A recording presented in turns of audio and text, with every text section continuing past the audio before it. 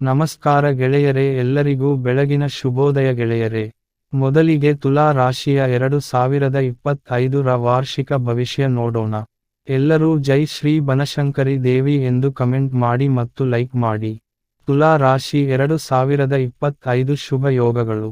2025ರಲ್ಲಿ ತುಲಾ ರಾಶಿಯವರಿಗೆ ಭಾಗ್ಯಯೋಗ, ಆನಂದಾದಿ ಯೋಗ, ಕೋಟ್ಯಾಧಿಪತಿ ಯೋಗವಿದೆ.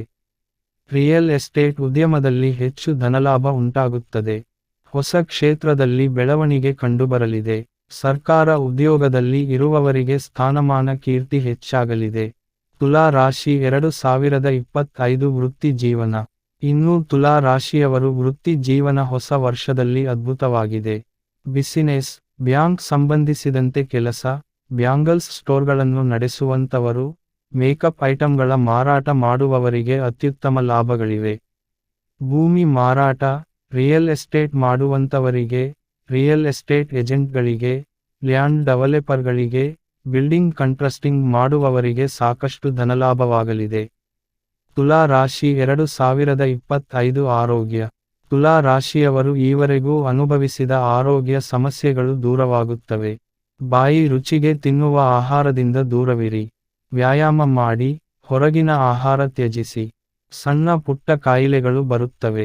ಗಂಭೀರ ಆರೋಗ್ಯ ಸಮಸ್ಯೆಗಳು ನಿಮ್ಮ ಹತ್ತಿರಕ್ಕೂ ಸುಳಿಯುವುದಿಲ್ಲ. ತುಲಾ ರಾಶಿ 2025 ಕೌಟುಂಬಿಕ ಜೀವನ. ಮುಂಬರುವ ವರ್ಷ ತುಲಾ ರಾಶಿಯವರ ದಾಂಪತ್ಯ ಜೀವನ ಸುಖಮಯವಾಗಿರುತ್ತದೆ. ಮನೆಯಲ್ಲಿ ಸಂತೋಷ, ನೆಮ್ಮದಿ ಹೆಚ್ಚಾಗಲಿದೆ. ಸಂಗಾತಿಯೊಂದಿಗಿನ ಸಂಬಂಧ ಬಲಗೊಳ್ಳುತ್ತದೆ.